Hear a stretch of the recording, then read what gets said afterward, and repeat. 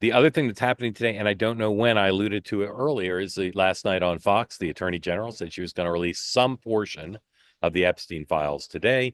And don't know what's going to be in there, but and obviously lots has been disclosed, but presumably there'll be some new news, and we'll be covering that whenever it comes out. What Maybe do you it'll think come the out over under during is this hour. on number of politicians that are on that list? I mean, I don't know if she's really going to put Current out or a former or list. both? Is she really going to put out a list with names on it with no backup, just accusations? I don't know. Maybe she will. I I mean don't know. that's I think it's like Geraldo in the vault though. If you put out the Epstein files and there's no names, and it's kind of like We'll see. I will say I know there's titillation about the names of the men. For the victims need to be first and foremost in everybody's minds, right?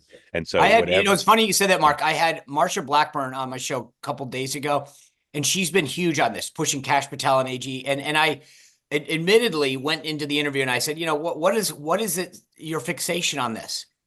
Because she's been at the forefront of this, and she just went into an impassioned concern for child trafficking. And it's you do forget how horrible this is, and as much as people want to make light of some of these people who were probably on this, the disastrous outcome for so many young girls in particular is something that shouldn't be forgotten in this whole thing. Yeah, that's my point exactly. Just I know people are titillated by the men names of the men, and there needs to be accountability for anybody who broke the law, but the focus should be on the victims, and many of them are still not pleased with where things stand on either the civil side or the criminal side. So I'd ask all of you why you, if there is a release, to focus on the victims at least as much as you focus on the titillating parts that will be of great interest, as Dan suggested before we started, on the Upper East Side of Manhattan as well as here in Washington.